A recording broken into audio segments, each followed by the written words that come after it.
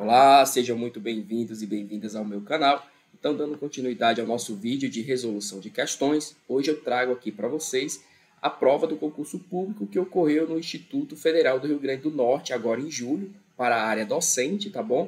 Na área de didática. Então, gente, o objetivo aqui é nós discutirmos como essas questões, como esses certames cobram conhecimento pedagógico nas suas provas, tá certo? Aquilo que eu já venho falando para vocês há muito tempo, ao longo desses vídeos, é que as questões elas tendem a se repetir.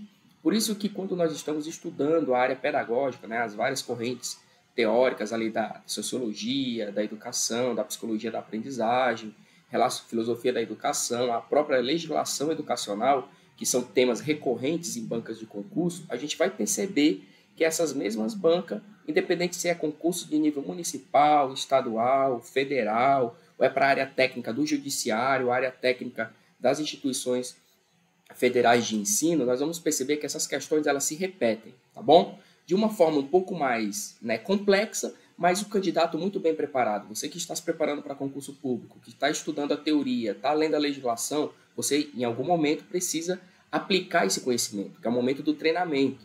Então você precisa estar resolvendo também questões, principalmente daquelas bancas que vão realizar o certame que você está se preparando, tá bom? Então eu trago aqui algumas questões desse concurso que ocorreu agora em 2025, ocorreu no mês de julho, no mês passado, para que a gente possa estar discutindo com vocês como é que a banca cobrou esse tipo de conhecimento, tá bom?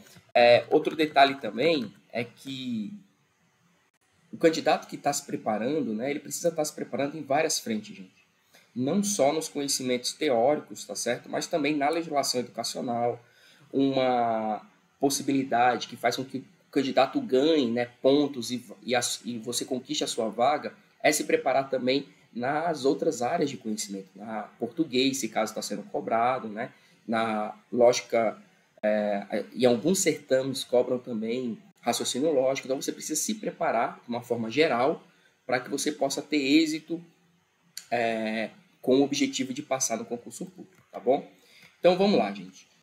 Então eu vou trazer essa primeira questão, que foi a questão de número 8, tá certo? Da prova didática, que ele traz o seguinte, ele pede para a gente ler o seguinte fragmento textual, tá certo? Vamos lá.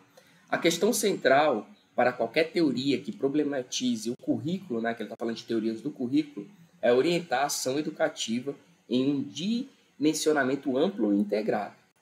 E isso compreende muito mais do que listar conteúdos, cargas horárias e matrizes curriculares. Envolve saber, numa perspectiva política, qual conhecimento deve ser ensinado, quais finalidades desse conhecimento, para quem ele se destina e a quem ele interessa. Então, veja, ele traz aqui um fragmento, que se eu não me engano é do projeto político-pedagógico da instituição, do IFRN, que era uma das cobranças lá no edital, você precisaria ler, mas ele está trabalhando aqui um conteúdo muito específico que o candidato que está se preparando na área pedagógica precisa saber, que são as teorias do currículo. A gente tem a teoria tradicional, a teoria crítica e a teoria pós-críticas, dentro das teorias que estudam o currículo. E aí ele traz essa ideia da gente problematizar o currículo pensando para que se destina esse currículo que é elaborado, numa perspectiva não só de conteúdos, como ele está falando aqui, ou carga horária, ou dias letivos, mas pensar na perspectiva política, qual conhecimento deve ser ensinado, ou seja, que conhecimento nós privilegiamos nesse currículo, quais as finalidades desse currículo, para quem ele se destina e a quem ele interessa. Ou seja, pensar para além daquilo que está posto, qual é o objetivo, qual é o ideal de homem, de ser humano que nós estamos querendo formar dentro da perspectiva curricular, tá certo? Essa daqui é mais ou menos a ideia que está aqui no texto, mas vamos ver o que a questão está pedindo. A definição apresentada no fragmento retrata uma concepção curricular específica, exatamente. A gente pode dizer que é a tradicional? Não, a tradicional ela não pensa em problematizar esse currículo, ela simplesmente quer manter o status quo, Ou seja, ela tem uma ligação muito próxima com a sociedade da qual ela está estabelecida, a sociedade capitalista, e ela quer manter esse status quo, quer formar para essa sociedade. Então, não cabe a ela problematizar a ideia do currículo. E aqui a gente poderia pensar tanto na teoria crítica como na teoria pós-crítica do currículo. Mas vamos ver o que o enunciado está pedindo. Componente de uma das teorias do currículo, beleza.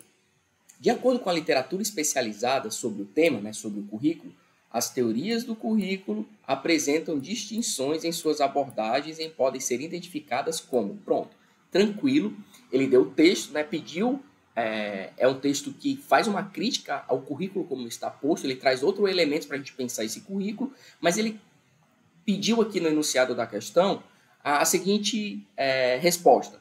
Quais são as teorias que falam sobre o currículo? As teorias que nós temos conhecimento. Então, a gente sabe que é a teoria tradicional do currículo, né? Aquilo que está posto, aquilo que eu tenho que seguir.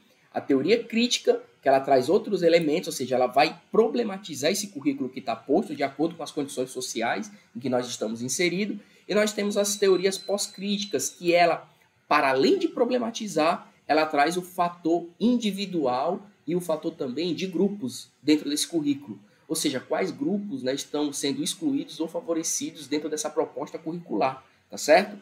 Que tem a ideia das minorias, né? E através dessas teorias pós-críticas, nós avançamos em várias legislações em relação a esses grupos, tá bom? Então, a resposta correta aqui é a alternativa A, tá certo? Você precisaria saber, né, precisaria ter estudado Sociologia da Educação para estudar as teorias do currículo, né? Ou seja, as teorias tradicionais, as teorias críticas e as teorias pós-críticas. Eu tenho, gente, um material muito específico sobre essa temática, eu acho que eu posso até mais na frente fazer uma aula curta para a gente abordar essa dinâmica, né? Porque isso também é um tema que aparece com muita recorrência em provas de concurso, tá certo? Então, só para fundamentar aqui, tá bom? Nós temos as três teorias, né? A teoria tradicional, as teorias críticas e as teorias pós-críticas, né? A teoria tradicional, ela fala mais ou menos como é que deve estar organizado o ensino, né, e a aprendizagem. Ela vai falar de avaliação, metodologias, a didática, a organização e planejamento. Ela vai procurar a eficiência, né, desse sistema, tá bom? Com base nos objetivos. Só que essa teoria tradicional, ela não vai questionar o porquê que nós temos alunos que aprendem, outros não. Quando o aluno não aprende aqui, o fracasso é exclusivamente do aluno, tá certo? A gente não vai incluir na dimensão escola outros fatores que influenciam o processo de aprendizagem, como as desigualdades sociais, a questão de alunos que têm déficits de aprendizagem, a questões específicas de cada aluno. Esse currículo tradicional, ele não atende às particularidades de todos os alunos. Então, os alunos aqui, eles precisam se encaixar nessa lógica do currículo tradicional. O currículo crítico, né, das teorias críticas, ele já vai trabalhar a ideia de ideologia, a reprodução cultural, ou seja, o currículo tende a reproduzir o status quo, né, ele vai fazer uma crítica sobre isso, tem relações de poder, as relações de classe dentro do próprio currículo, ele precisa manter o sistema, né, capitalista, que é o sistema vigente da nossa sociedade, as relações sociais de produção, ele trabalha conscientização, emancipação e libertação, trabalha a ideia do currículo oculto, né? A gente tem um currículo formal, lembrando que o tradicional aqui, ó, é o currículo formal, aquilo que vem de cima para baixo a escola precisa executar. Mas a gente tem aqui nas teorias críticas a ideia do currículo oculto, né? Aparece aqui. E a resistência a esse status quo, tá bom? E as teorias pós-críticas nós temos a ideia de identidade, aqui a gente já vai particularizar o atendimento do currículo à individualidade de cada aluno, né? Não é só de um conjunto específico social, mas de cada aluno, de cada particularidade, de cada grupo que esse aluno pertence, tá bom? A alteridade, diferença, ó, a subjetividade, né? Ou seja, esse currículo precisa atender à subjetividade, porque cada pessoa aprende de uma forma diferente, tem uma ideia diferente sobre a realidade. Saber poder, significação do discurso, representação, né? A ideia dos grupos que precisam estar representados nesse currículo, a cultura, gênero, raça, etnia, sexualidade e o multiculturalismo, né? Aparece aqui dentro desse currículo, que inclusive dá pauta, né, para as novas legislações que atendem determinados grupos dentro da educação. Beleza, gente? Tranquilo? Vamos para a nossa próxima questão. A literatura especializada sobre a avaliação da aprendizagem, olha aqui que interessante, né? Avaliação da aprendizagem, lembrando que eu tenho um vídeo aqui que traz conteúdo das funções da avaliação dentro do espaço escolar, tá bom? Se você quiser estudar esse tema, procure aqui no meu canal que você vai ver que eu tenho um vídeo que trata dessas teorias. Defende que essa avaliação não se limita ao ato de mensurar a aprendizagem. O que é mensurar a aprendizagem? Quantificar a aprendizagem, tá bom? Então não é simplesmente uma nota, tá certo? Então, tem literatura que diz que a avaliação não é simplesmente dar uma nota ao aluno, com a finalidade de atribuir uma nota ao conceito. Ó. Ela deve retratar um processo voltado a acompanhar os progressos alcançados e as dificuldades enfrentadas pelos estudantes, a fim de impulsionar suas potencialidades, bem como superar as fragilidades percebidas. Essa concepção pressupõe que a avaliação da aprendizagem deve acontecer como... Isso aqui é um processo de avaliação contínuo, né? Que a gente chama na função de avaliação formativa, avaliação contextual, tá certo? Ou seja, ela precisa acompanhar todo o processo do aluno, tá bom? E não só se limitar a ser feito aplicado um instrumental no final de determinada disciplina para ali a gente ter uma nota, ok?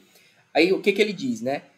De forma sistemática e cumulativa, realizada em períodos definidos no ano letivo, não, gente. Aqui períodos definidos no ano letivo, eu estou falando de avaliação somativa. Aquilo que a gente precisa dar resposta ao sistema, tá bom? Não é a percepção de avaliação que ele está trabalhando aqui com uma avaliação sistêmica, avaliação formativa, ok? De forma contínua, sistemática e planejada, verdade, componente de um contexto mais amplo, definido pelos processos de ensino e aprendizagem, servindo como um mecanismo de orientação e aperfeiçoamento desse processo. Resposta correta. Ó. Se eu estou falando que uma das funções da avaliação é acompanhar o processo, que ele está dizendo aqui, e não só atribuir uma nota, ele precisa ser contínua. Ó. Ela precisa ser contínua, sistemática, ela precisa ser planejada, componente de um contexto mais amplo, não só aquele contexto específico. Você precisa ter uma visão mais ampla do nosso alunado, né? Definido pelos processos de ensino-aprendizagem, obviamente, servindo como um mecanismo de orientação, tanto para o professor quanto para o aluno, de aperfeiçoamento desses processos. Corretíssimo, isso daqui é que reflete a avaliação formativa, tá bom? Então, só lembrando, eu tenho um vídeo aqui no canal sobre avaliação. Se você quer estudar esse tema, procure aqui que você vai ver. Beleza? Tá atual porque a gente está trabalhando as 3 funções da avaliação: diagnóstica, formativa e somativa. Beleza, gente? Tranquilo? Vamos ver aqui uma outra questão, né? Trabalhando aqui as tendências pedagógicas. Lembrando também que eu tenho um vídeo sobre tendências pedagógicas. Gente, você que está se preparando para a área pedagógica, você precisa ir para a sua prova sabendo das tendências pedagógicas. Nesse concurso, caíram 3 questões de tendências pedagógicas. Eu estou trazendo uma aqui. Lembrando que é um concurso de nível superior, você vai atuar numa instituição de ensino federal, né? Você tanto pode atuar no ensino técnico integrado, mas também no ensino superior, porque o IFCE, os IFs, né, as instituições federais de ensino tecnológica, elas atendem também tanto bacharelados como licenciaturas. Então aqui você vai ser professor tanto do ensino técnico e profissional, mas também vai ser professor do ensino superior, né? Então veja os níveis das questões muito tranquilos. Se você tem internalizado esses conceitos, você gabarita uma prova dessa com muita tranquilidade. Beleza? Lembrando que é de nível superior aqui, né? Então vamos lá. Tendência pedagógica denominada de pedagogia histórico-crítica. Olha aqui, a pedagogia histórico-crítica do Saviani, gente. Tem um vídeo aqui sobre as tendências pedagógicas, tá bom? Aqui está dentro de qual macro ideológico? Das progressistas, né? As tendências progressistas. Quais são que nós temos? A libertária, a libertadora do Paulo Freire, né? A libertadora do Paulo Freire, a libertária, e as teorias histórico-críticas, né, do conteúdo, que aí a gente traz Saviani, traz Libânio para dentro dessas tendências pedagógicas. Ok, apresentem suas bases teóricas, né, metodológicas. Quais são as bases teóricas e metodológicas dessa tendência pedagógica denominada histórico-crítica? Vamos lá. Pressuposto de neutralidade científica, jamais, né? Neutralidade científica é a tradicional, né? Ou seja, não tem uma cientificidade aqui, né? A gente precisa procurar a neutralidade da ação humana, né? Aqui, racionalismo fabril, não, gente, racionalismo não, tá bom? Primazia dos conteúdos, tributária de George Snyder, não, também não. Como baliza entre as teorias conservadoras e as progressistas, jamais, né? Lembrando que a teoria histórico-crítica, ela não desconsidera os conteúdos, né? Ela traz os conteúdos, mas os conteúdos historicizados e contextualizados para que esse aluno possa internalizá-lo, né? E interferir aqui de uma forma crítica na sociedade, beleza? Existencialismo cristão e assume o pressuposto de educação enquanto ato político. Não, ato político aqui, ó, tá na libertadora do Paulo Freire, tá bom? Libertador e de emancipação social. Essa daqui refere-se à libertadora do Paulo Freire, que é uma teoria que está dentro da progressista, mas não é a teoria histórico-crítica, tá certo? Concepção dialética, especificamente da vertente materialismo histórico, verdade, porque ela tem uma concepção dialética, essa teoria, e enfoque de natureza sócio-histórica, gente. Se você ver lá o nosso vídeo que tem aqui no canal sobre as tendências pedagógicas, você vai gabaritar uma questão dessa com muita tranquilidade, eu não tenho dúvida disso, tá bom, gente? Então, para finalizar o nosso vídeo, né, eu trago aí a nossa mensagem que eu deixo para os concurseiros, tá bom, gente? Eu estava até pouco tempo, né, ainda estou, eu sempre continuo estudando, me atualizando, né? Mas naquele momento em que eu estava estudando para concurso, tá certo?